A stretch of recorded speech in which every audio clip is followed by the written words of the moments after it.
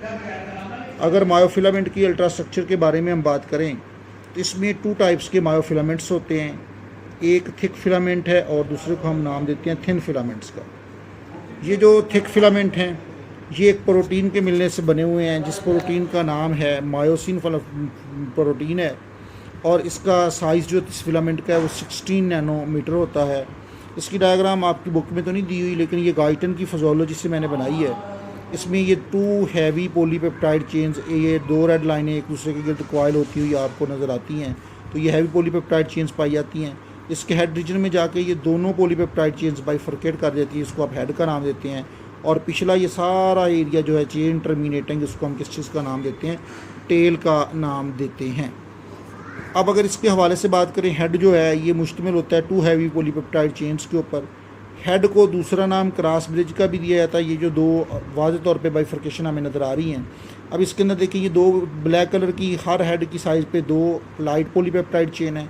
हर light polypeptide chain का molecular weight 20,000 Dalton होता है, और इसी तरीके से हैवी पॉलीपेप्टाइड चेन का जो है मॉलिक्यूलर वेट 2 लाख डाल्टन होता है। तो जब 2 होंगी तो 2 के मिलने से इनका साइज़ जो है 4 लाख जो डाल्टन बनेगा मॉलिक्यूलर वेट, जबकि लाइट का बनेगा 80,000 डाल्टन। तो टोटल इस मायोसिन हेड का जो मॉलिक्यूलर वेट है वो 4,80,000 डाल्टन होता है। इसके बाद ये थिन फिलामेंट के बारे में, साइज़ इसका 7 से 8 नैनोमीटर होता है।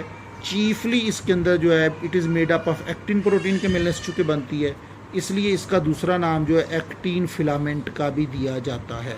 इसमें दर्जज़ेल प्रोटीन होती हैं, एक्टिन होती है, ट्रोपोमायोसिन है, ट्रोपोनिन है, और जो एक्टिन प्रोटीन है ये ट्रोपोनिन है, इसके आगे 3 सब यूनिट होती हैं। ट्रोपोनिन 1 जो बाइंड होती है एक्टिन के साथ, ट्रोपोनिन 2 बाइंड होती है ट्रोपोमायोसिन के साथ, और ट्रोपोनिन C बाइंड होती है कैल्शियम आयन के साथ। अगर इसकी हम डायग्रामेटिक स्ट्रक्चर के हवाले से बात करें तो इसकी डायग्रामेटिक स्ट्रक्चर कुछ यूँ होती है। इसमें इस तरीके से 2 जो हैं पल्स ऑफ बीट्स एक दूसरे के गिर्द कॉइल करती हैं, जिसको बाहर की तरफ से एक और प्रोटीन कवर करती है, और इस प्रोटीन का नाम है ट्रोपोमायोसिन है।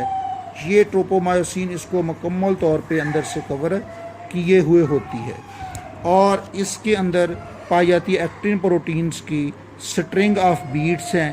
तो इस तरीके से ये जो स्ट्रिंग ऑफ बीट्स हैं that coil around each other, एक दूसरे के गिर्द इस तरीके से ये कोआइल होती हैं, और कोआइल होने के बाद ये इसकी फाइब्रस से एक स्पेसिफिक ग्लोबुलर स्ट्रक्चर, फाइब्रस से एक स्पेसिफिक ग्लोबुलर स्ट्रक्चर बनती है। तो ये एक होगी स्ट्रिंग बीट्स की, इसी तरीके से बीट्स की दूसरी स्ट्रिंग हो गई, और इस तरीके से जब ये 2 स्ट्रिंग ऑफ बीड्स आपस में कोआइल करेंगी तो इनके कोआइलिंग के बाद इससे किस चीज़ की फार्मेशन होनी है, एक्टिन फिलामेंट की फार्मेशन होती है। और इसके आगे 3 मॉलिक्यूल सब यूनिट ट्रोपोनिन किस तरीके से अटैच होती हैं।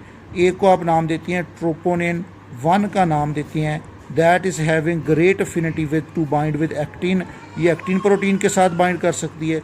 दूसरी ट्रोपोनिन T है, ये बाइंड कर सकती है ट्रोपोमायोसिन के साथ। किसके साथ बाइंड कर सकती है, ट्रोपोमायोसिन के साथ बाइंड कर सकती है।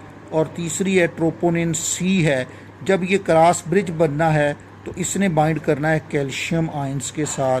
और हर जो एक्टिन फिलामेंट है उसके गिर्द, थिक फिलामेंट है उसके गिर्द 66 थिन या एक्टिन फिलामेंट उसको दोनों सिरों से सराउंड करते हैं।